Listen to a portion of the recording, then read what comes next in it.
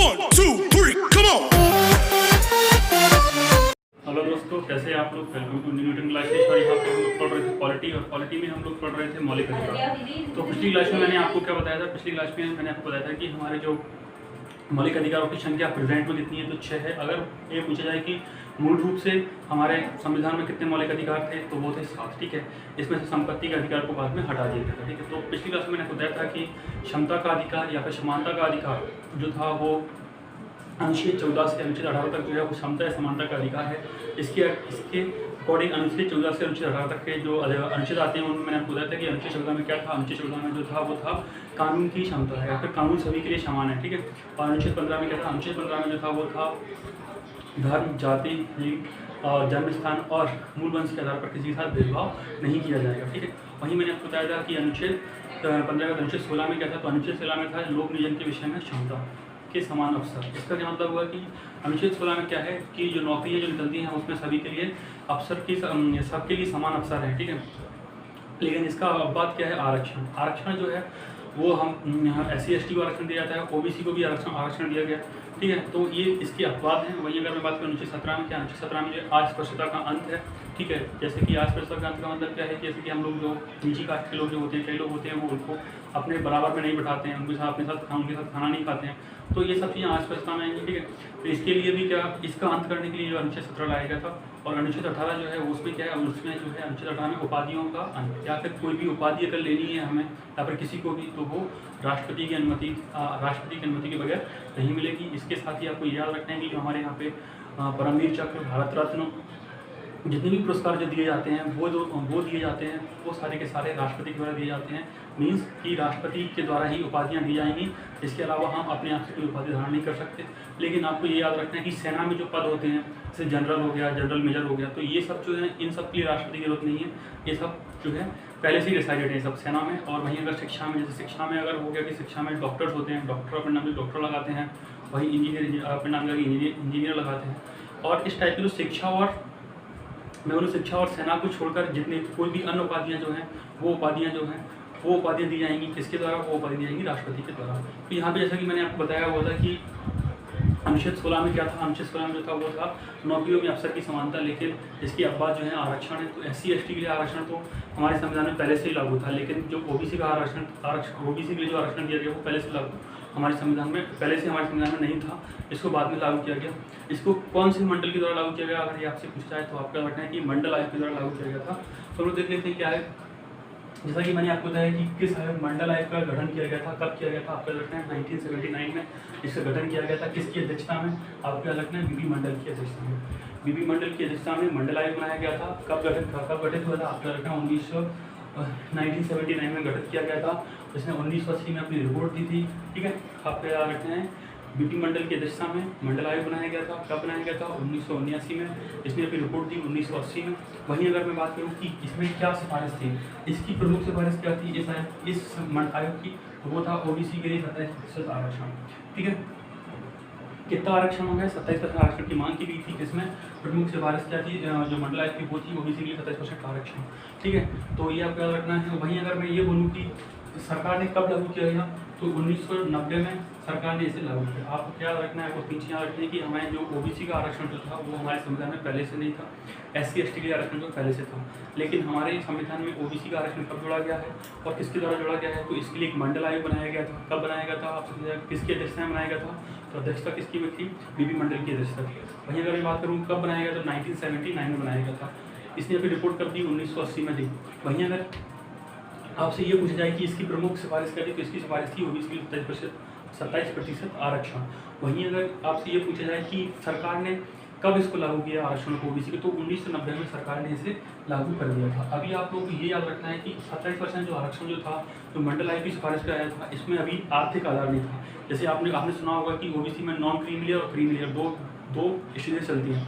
जो creamy layer वाले जो होते हैं, जो नॉन क्रीमी लेयर वाले तो उनको आरक्षण दिया जाता है, क्रीमी लेयर वालों को आरक्षण नहीं दिया जाता है। तो वो चीज़ वो कहाँ से आया, तो वो जो आया वो किसने लागू किया हुआ था, वो 1951 में नरसिम्हा राव सरकार ने इसमें 2 परिवर्तन किए। इस व्यवस्था में 2 परिवर्तन किए हुए। ठीक है, क्या बोला मैंने, हमारे यहाँ पे अभी आरक्षण OBC का आरक्षण जो चल रहा है उसमें एक आर्थिक आधार चलता है। तो तो वो आर्थिक आधार जब पहले मंडल आयोग ने जो ओबीसी के लिए रिजर्वेशन दिया था उसमें वो आर्थिक आधार नहीं था। लेकिन नरसिम्हा राव की जो सरकार आई हुई थी 1991 में, उन्होंने क्या किए, इसमें 2 परिवर्तन किए, 2 चीज़ों को ऐड किया। ठीक है, तो क्या ऐड किया था, इसमें बोला गया कि ओबीसी के आरक्षण के लिए आर्थिक आधार को प्रमुख, जैसे मैंने आपको बताया क्रीमिलियर नॉन क्रीमिलियर वो किसकी सरकार के द्वारा जोड़े गए थे, तो नरसिम्हा राव की सरकार के द्वारा जोड़े गए थे। कब जोड़े गए थे, 1991 में जोड़े गए थे। वहीं इसमें 2 परिवर्तन की बात है, उसमें एक परिवर्तन की बात और कही गई थी उस टाइम पे सामान्य वर्ग के लिए भी आर्थिक आधार पर 10% रिजर्वेशन। तो नरसिम्हा राव ने क्या किया, जो ओबीसी के लिए आरक्षण जो था उसमें 2 पॉइंट जोड़े। सबसे पहले उन्होंने बोला कि जो ओबीसी के लिए 27% रिजर्वेशन है उसमें क्या है, आर्थिक आधार, एक आर्थिक आधार बनाया गया, क्रीमिलियर और नॉन क्रीमिलियर, दो उसमें बांटा गया इसको, आप याद रखें। ठीक है, और इसमें एक परिवर्तन और किया गया था, क्या, इसके साथ ही इसमें नरसिम्हा राव सरकार ने क्या परिवर्तन किया हुआ था कि जो सामान्य वर्ग जो है उसके लिए भी 10% आरक्षण की बात की गई थी आर्थिक आधार पर। ठीक है, लेकिन उस टाइम पे अगर मैं बात करूँ 1991 की, तो 1991 की जो मैं बात करूँगा तो उस टाइम पे जो सामान्य वर्ग का जो रिजर्वेशन था 10%, इसको सुप्रीम कोर्ट ने खारिज कर दिया था। उस समय सुप्रीम कोर्ट ने इसको खारिज कर दिया था। सामान्य वर्ग का 10% रिजर्वेशन जो था 1991 में, इसको सुप्रीम कोर्ट ने खारिज कर दिया था। लेकिन आपको पता होगा कि जो हमारे संविधान का 103 का संशोधन हुआ है, 103 का संविधान संशोधन हुआ है 2019 में, 2019 में इसके शुरू किया गया, इसको लागू किया गया है। ठीक है, तो क्या रखना है आपको कि ओबीसी का जो रिजर्वेशन कौन से आयोग के थ्रू आया है, तो मंडल आयोग के थ्रू आया हुआ है। कब भारत में लागू किया गया था, तो 1990 में लागू किया गया था। उसके बाद 1991 में नरसिम्हा राव की सरकार आती है, तो इसमें आर्थिक आधार पर जोड़ती है और 2 भागों में बांटती है, क्रीमिलियर और नॉन क्रीमिलियर। इसके साथ ही क्या होता है कि जो नरसिम्हा राव सरकार 1991 में ही बोलती है कि समान वर्ग के लिए 10% आरक्षण दिया जाएगा आर्थिक आधार पर, लेकिन उस टाइम सुप्रीम कोर्ट ने इसको खारिज कर दिया। लेकिन जो हमारा अभी 103वां संविधान संशोधन जो हुआ है 2019 में, उसके थ्रू जो है वो हमारे जनरल कैटेगरी को भी 10% आरक्षण दिया गया है आर्थिक आधार पर। ठीक है, तो ये चीज़ें आपको याद रखनी है। इसके बाद हम लोग देखते हैं अगला कि दूसरा मौलिक अधिकार जो है वो स्वतंत्रता का अधिकार।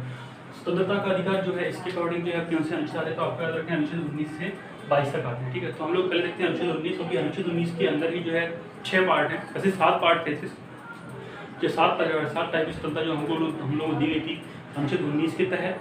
लेकिन उसमें से जो है संपत्ति का अधिकार जो है, जो आता था हमारे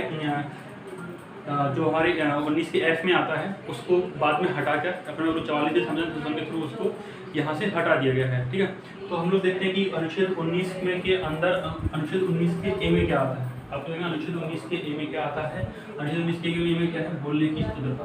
ठीक है, अनुच्छेद 19 के ए में क्या है, बोलने की स्वतंत्रता। लेकिन जैसे कि हमको बोलने की स्वतंत्रता है, अगर कोई भी गलत काम हो रहा होगा तो हमको उसके खिलाफ बोलने की स्वतंत्रता है। अगर कोई भी पार्टी गलत काम कर रही होगी तो हमें उसके खिलाफ आंदोलन करने की स्वतंत्रता है। तो ये सब चीज़ें जो है बोलने की स्वतंत्रता है।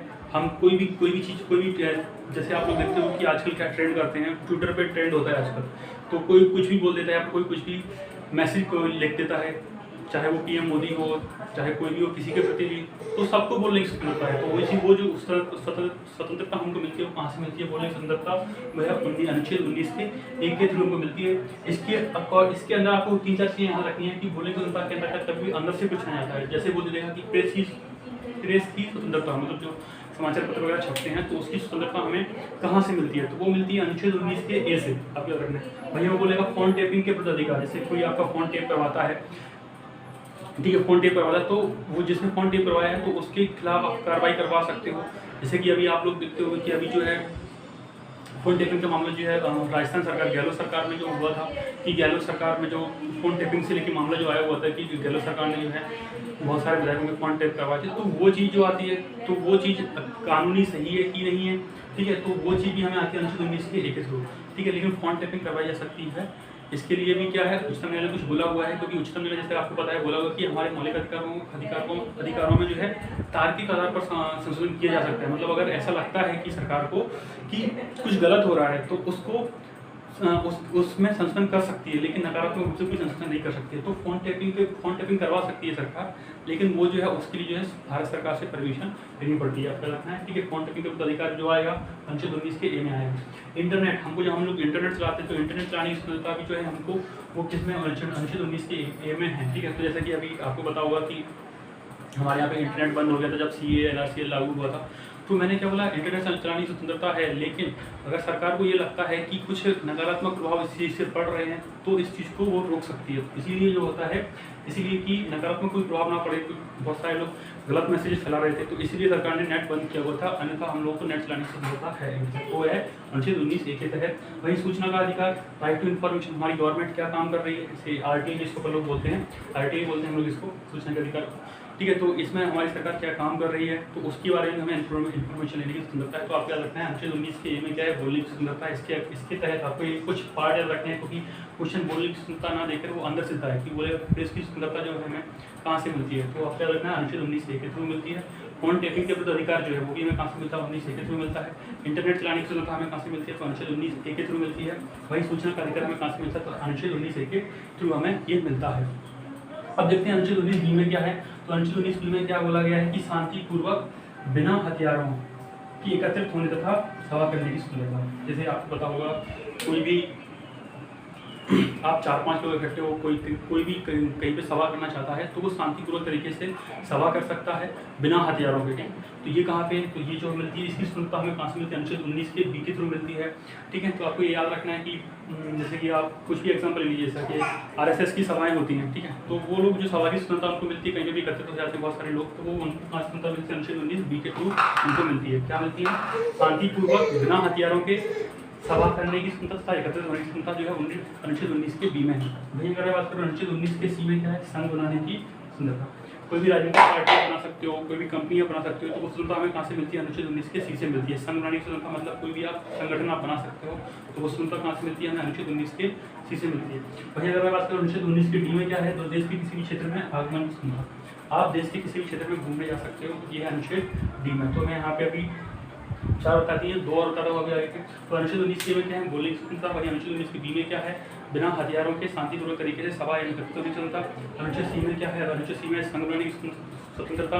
अगर मैं बात करूँ अनुच्छेद 19 के D में क्या है, तो अनुच्छेद 19 के D में क्या है, घूमने की स्वतंत्रता, देश के किसी भी क्षेत्र में घूमने की स्वतंत्रता। और इसके ई में क्या है, तो अनुच्छेद 19 के ई में जो है वो है क्या, देश के किसी भी क्षेत्र में निवास करने की स्वतंत्रता एवं निवास और बसने की स्वतंत्रता। हाँ, हमको देश के किसी भी क्षेत्र में निवास करने एवं बसने की स्वतंत्रता जो है वो कौन से अनुच्छेद के थ्रू है, अनुच्छेद 19 के ई के थ्रू है। आपको याद रखना है, निवास करने एवं बसने की स्वतंत्रता, अनुच्छेद 19 के ई।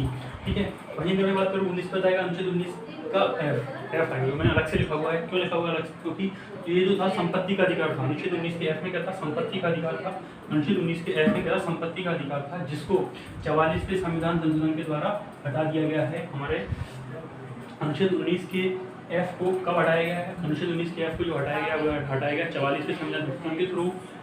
इसमें क्या था, संपत्ति का अधिकार। तो इसके बाद आएगा अनुच्छेद 19 का जी। इसके अकॉर्डिंग क्या है, कोई भी व्यापार एवं जीविका चलाने की स्वतंत्रता। ठीक है, अनुच्छेद 19 के जी में क्या है, कोई भी व्यापार करने की स्वतंत्रता तथा जीविका अपनी जीविका अपने ढंग से चलाने की स्वतंत्रता है। तो अनुच्छेद आपको याद रखना है कि अनुच्छेद 19 के ई में क्या है, देश के किसी भी क्षेत्र में बसने की स्वतंत्रता।